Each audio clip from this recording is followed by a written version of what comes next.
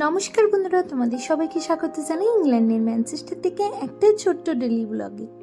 আজকে দিনটা হচ্ছে তোমার শুক্রবার, আর এখন বাজে সন্ধে ওই 6:30টার মতো। কাজে থেকে ফিরে এখন আমি করছি হচ্ছে সন্তোষী মাতার পুজো। জানো তো, সকাল থেকে এখনো পর্যন্ত এক ফোঁটা জলও খাইনি। আমি জল না খেয়েই সন্তোষী মাতার পুজো করি। তা বেশ কিছুদিন ধরে মায়ের পুজো করা হচ্ছে না। আজকে ইচ্ছা হলো যে মায়ের একটু পুজো দিই, বহুত দিন হয়ে গেল মাকে তো জলই দেওয়া হয় না। তাই আজকে সকালবেলা থেকে একদম নির্জলা উপোস আছি এখনো পর্যন্ত। আমি কাজেও গিয়েছিলাম, কাজ থেকে ফিরে এসেছি 6টায়, তারপর বাড়িতে এসে স্নান টান সেরে এখন বসে গিয়েছে হচ্ছে পুজো দিতে। পুজোটা করে নিলাম খুবই ভক্তি ভরে মন দিয়ে। আর আমি ভক্তি ভরে মন দিয়ে পুজো করতে তো ওইদিকে ছিলাম, আর এইদিকে সঙ্গীত রান্নাবান্না করছিল। তা আমি পুজো টুজো করে নিরামিষ খাবার দাবারই খাবো, তার সঙ্গীত সেটাই বানাচ্ছিল।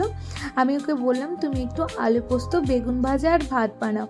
সঙ্গীত বললো যাও তুমি গিয়ে উপরে পুজোটা করে নাও, আমি রান্নাটা সেরে নিচ্ছি। সে বলে না, দুজনা মিলে করি কাজ, হারি জিতি নাহি লাজ, এটাই হচ্ছে। আর বিদেশে মাটিতে তো একা একা যেহেতু আমরা থাকি, তাই এটা সব সময়ই মানতে হয়। সঙ্গীতের হেল্প ছাড়া মানে এই দেশে কাটানো বা এই দেশে একা একা কিছু করা একটা অসম্ভব ব্যাপার।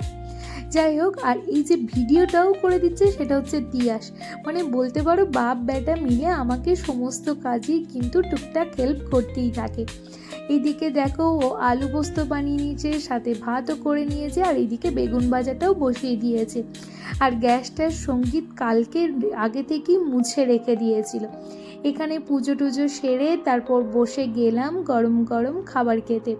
একদম সঙ্গীতের হাতে জমিয়ে রান্না পোস্ত, আর সাথে বেগুন ভাজা ভাত, আর সাথে নিয়েছিলাম একটু ঘি।